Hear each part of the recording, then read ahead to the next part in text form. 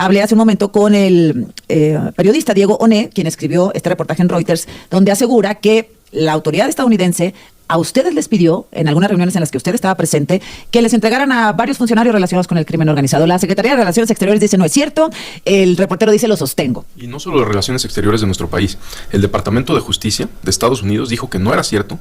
La propia Embajada de Estados Unidos en México da un retweet a lo que dio al comunicado de Relaciones Exteriores, donde también mencionan que no es cierto. O sea, son tres, es la Embajada de Estados Unidos la que está afirmando y reiterando lo que comenta Relaciones Exteriores, que no es cierto. El propio Departamento de Justicia lo desmintió. Entonces sí es algo muy delicado, muy delicado, porque, primero, si hubiera ocurrido, en esta entrevista diría, no puedo hablar de eso, fue una conversación privada, no se pueden tratar esos temas. Nunca se trató ese tema. El silencio también es una respuesta, que es lo que hablaba hace ratito con una compañía reportera. Y no dice que no, que sí, entonces eso también es una respuesta. Negarlo de manera categórica, sin ser verdad, pues sería un riesgo enorme. Por supuesto. Entonces, en las reuniones en las que ustedes estuvo, nunca se trató esto. Nunca se trató ese tema, nunca mencionaron a un solo político mexicano en ningún momento.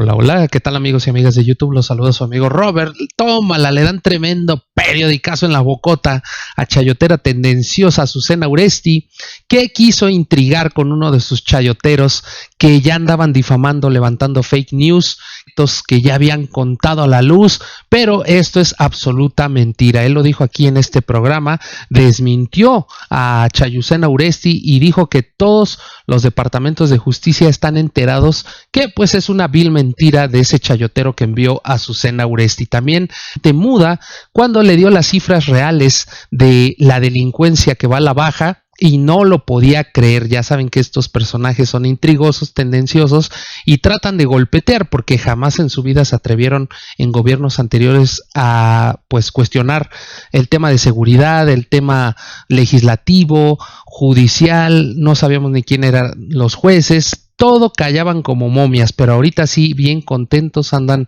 abriendo la bocota. Lo bueno es que le terminan dando tremenda cátedra, amigos. Vamos a ver el video porque se puso bastante bueno. Ahí les va. Entonces, ¿por qué no nos dejan en paz? O sea, ¿qué más quieren, no? ¿Qué más quiere Estados Unidos? Bueno, no, obviamente esto lo trata la Secretaría de Relaciones Exteriores, el secretario Marcelo Ebrard, pero, híjole, es muy complicada ahora, más que nunca, por ser el personaje que es Donald Trump, la relación con Estados Unidos. Aprovechando esto que me menciona, secretario, de la reunión con Landau y otras reuniones que han tenido con otros funcionarios estadounidenses, hablé hace un momento con el periodista Diego Oné, quien escribió este reportaje en Reuters, donde asegura que la autoridad estadounidense a ustedes les pidió, en algunas reuniones en las que usted estaba presente, que les entregaran a varios funcionarios relacionados con el crimen organizado. La Secretaría de Relaciones Exteriores dice no es cierto, el reportero dice lo sostengo. Y no solo las relaciones exteriores de nuestro país, el Departamento de Justicia de Estados Unidos dijo que no era cierto. La propia Embajada de Estados Unidos en México da un retweet a lo que dio al comunicado de Relaciones Exteriores, donde también mencionan que no es cierto. O sea, son tres, es la Embajada de Estados Unidos la que está afirmando y reiterando lo que comenta Relaciones Exteriores, que no es cierto. El propio Departamento de Justicia lo desmintió. Entonces sí es algo muy delicado, muy delicado, porque, primero, si hubiera ocurrido, en esta entrevista diría, no puedo hablar de eso, fue una conversación privada, no se pueden tratar esos temas. Nunca se trató ese tema. El silencio también es una respuesta, que es lo que hablaba hace ratito con una compañía reportera. Y no dice que no, que sí, entonces eso también es una respuesta. Negarlo de manera categórica, sin ser verdad, pues sería un riesgo enorme. Por supuesto. Entonces, en las reuniones en las que ustedes estuvo, nunca se trató esto. Nunca se trató ese tema, nunca mencionaron a un solo político mexicano en ningún momento. ¿Cómo se dan estas investigaciones? ¿Por qué no tendría sentido que en una reunión donde estemos todos los que se mencionan, te digan, oye, te encargo que investigues a políticos mexicanos? No tiene sentido. Cuando hay una investigación sobre una persona, no te lo tienen que, sobre comillas, encargar, ¿no? Hay una orden o una investigación que tiene el Departamento de Justicia. Muchas veces no las hay en México, nos la comparten, se inicia una carpeta aquí, se inicia una carpeta allá. O si ellos tienen una orden de detención, no necesitan solicitarte colaboración. Es algo que se hace de manera inmediata, donde se detiene a la persona que tenga una orden de extradición, sea quien sea. ¿No hay ningún caso, independientemente de las reuniones, de una solicitud de colaboración de Estados Unidos que le solicita a México sobre algún político o algún funcionario? Tenemos muchísimas investigaciones en curso, pero nada, de verdad, nada que ver con lo que está mencionando en esa nota periodística. Y repito, no lo está diciendo Relaciones Exteriores nada más. Lo dice Relaciones Exteriores, lo dice el Departamento de Justicia, lo confirma la propia Embajada de Estados Unidos Y te lo confirmo que en esa reunión no se tocó ese tema. Va al G7 el lunes, secretario, se decía por ahí que usted era uno de los funcionarios que podrían acompañar a la presidenta a esta reunión, que no va a ser fácil, que es muy complicada, el primer encuentro entre la presidenta Sheinbaum y el presidente Trump. No, yo no voy. La presidenta nos instruyó quedarnos aquí y aquí vamos a estar. ¿Y qué tan nervioso se queda usted de que la presidenta vaya en avión comercial, que haga una escala, que llegue a Canadá, etcétera? Pues supongo que genera nervios, ¿no? Tensión. La presidenta tiene siempre ha sido así y así va a seguir siendo. O sea, va a tener un contacto permanente con la gente en las giras de los fines de semana. Olvídate, las giras de los fines de semana, pues también viaja de manera muy, muy convencional siempre. ¿Han recibido algún tipo de alerta particular? Sobre la presidenta no, en ningún momento. Qué bueno. Y ella lo dijo en algún momento. ¿Y sobre algún otro funcionario? ¿Sobre usted, que también ya sufrió un atentado? Bueno, en el caso de los funcionarios del Gabinete de Seguridad es distinto y nosotros también tenemos medidas distintas de seguridad. Pero en el caso de la presidenta nunca hemos recibido ningún tipo de amenaza. Y la otra duda es respecto a las desapariciones. Secretario, sabe que se ha dado todo un debate respecto a cómo se ha cruzado la línea a la baja de homicidios, al alza en desapariciones. Sí. Voy con el ejemplo. Asesinatos por sexenio, voy por sexenio de Felipe Calderón, 46, 65 Peña, 91 López, 74 Sheinbaum. Pero en desapariciones, 7 en promedio diarias con Calderón, 15 Peña Nieto, 26 López Obrador y en estos 8 meses 41 desapariciones al día. ¿Cómo se explica esto? Primero, lo que estamos haciendo desde el Gabinete de Seguridad es, la presidenta envió en marzo una reforma a la Ley General en materia de desaparición para, entre otras cosas, para equiparar en penas al delito de secuestro. Eso es por la parte, digamos, jurídica. ¿Qué es lo que estamos haciendo? Trabajando otra vez con los estados. ¿Por qué? En la Ciudad de México, cuando la doctora Sheinbaum era jefa de gobierno, hubo un momento donde se reportaban 10 diarios, sí, pero 8 los encontrábamos el mismo día, o 7. Okay. Eso es muy importante. Hay que ver cuántos de los desaparecidos, nadie está diciendo que no haya desaparecidos, es una realidad lamentable que estamos trabajando. La Secretaría de Gobernación va en una segunda ronda de reuniones con colectivos, van más de 170 reuniones donde están escuchando de la Secretaría de Gobernación de primera mano a los colectivos para poder dar un mejor servicio. O sea, es una realidad, sí. Pero ¿qué es lo que necesitamos?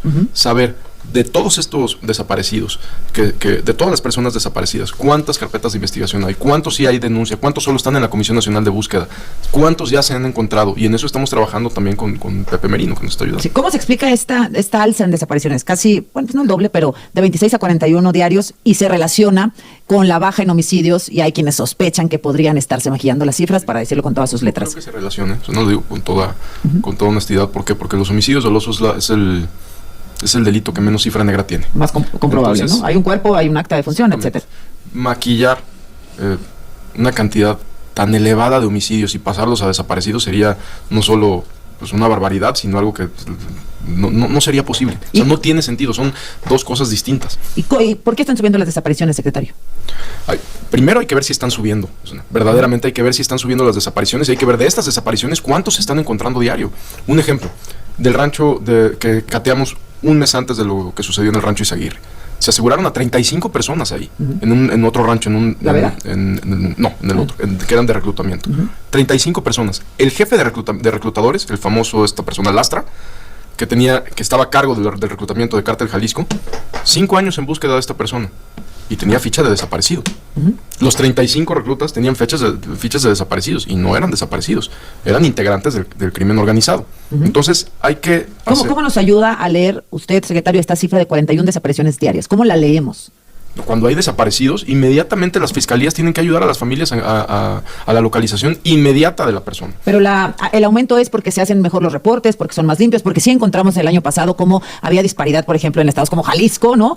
O en Nuevo León se reportaba una cifra local y luego una cifra federal. Hay una mejor coordinación y por eso aumentan. Realmente estamos teniendo una crisis de desapariciones nuevamente. ¿Cuál es la explicación para esta cifra? Definitivamente es uno de los delitos más lamentables y que más atención le estamos poniendo. Cuando lo que estamos haciendo es homologar procedimientos para que si hay una persona desaparecida, entre las fiscalías locales, porque es el primer contacto, pues se pongan a buscar a las víctimas. Por supuesto, si hay 41 desapariciones, hay que ver cuántos están encontrando diarios, cuántos tienen una identidad completa, que también esto lo están explicando en gabinete, cómo hay personas que no tenemos un solo dato de ellas, un solo dato. Solo el reporte.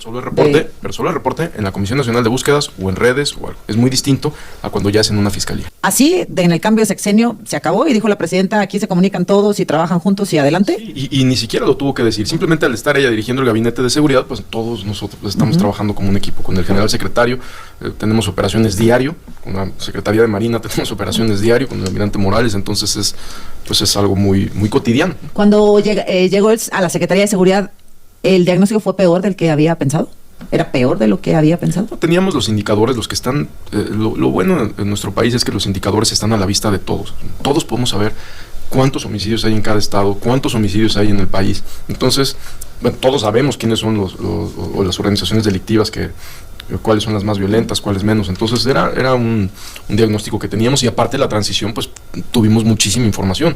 La secretaria Rosa Isela, en este caso, que era la secretaria de Seguridad, pues fue totalmente abierta, nos ayudó muchísimo en la transición al otorgarnos la información que se le ¿Algo que le sorprendiera? Es decir, el poder de fuego de los criminales, la organización, la violencia, la capacidad de fugarse, de esconderse de la autoridad. Algo que dijeras, bueno, con esto no contaba. Tengo cifras, tengo datos, pero usted, secretario, pues ha ido al campo, o sea, ha ido a Sinaloa, ha ido a ver personalmente las situaciones de violencia que se ven en México. Algo que le sorprendiera que es diferente en el país ahora con el crimen organizado. Más que sorprendernos, algo que nos puso, que sí sentimos que había mucha traba, era en tantas extradiciones frenadas, que no se lograban concretar por amparos. Sí, claro, pues en el caso del Z40 y Z41, creo que en un caso fueron más de 70 veces las que se negó, y en el otro caso 49. Y al final no se logró, porque los enviaron bajo otra figura. Sí, se envió bajo Seguridad Nacional a 29 personas que habían cometido homicidios dentro de prisión, tenían una red de extorsión, cobro de piso,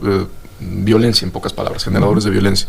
Entonces, eso, más que sorprendernos, pues era una preocupación constante. La Guardia Nacional, hay una iniciativa, y luego aquí un primer párrafo que destaca Excelsior. El Congreso de la Unión arrancó el proceso legislativo de la iniciativa para que la Guardia Nacional sea el brazo del Ejército en el combate a delitos federales y locales, que intervenga comunicaciones, que auxilie a los gobiernos estatales. Es decir, esta Guardia Nacional no tendría nada que ver con la secretaría que usted encabeza. Pues tiene que ver en la coordinación, porque en esa ley también la Guardia Nacional se coordina con el Centro Nacional de Inteligencia. ¿Qué estamos haciendo? Que lo que ya se hace tenga forma y esté perfectamente establecido. La Guardia Nacional, cuando desaparece la Policía Federal tenía esas atribuciones: intervención de comunicaciones, con una orden de un juez, etcétera, ¿no? Con una orden de un juez, sí, siempre, por supuesto, y la Guardia Nacional va a ser en el mismo caso.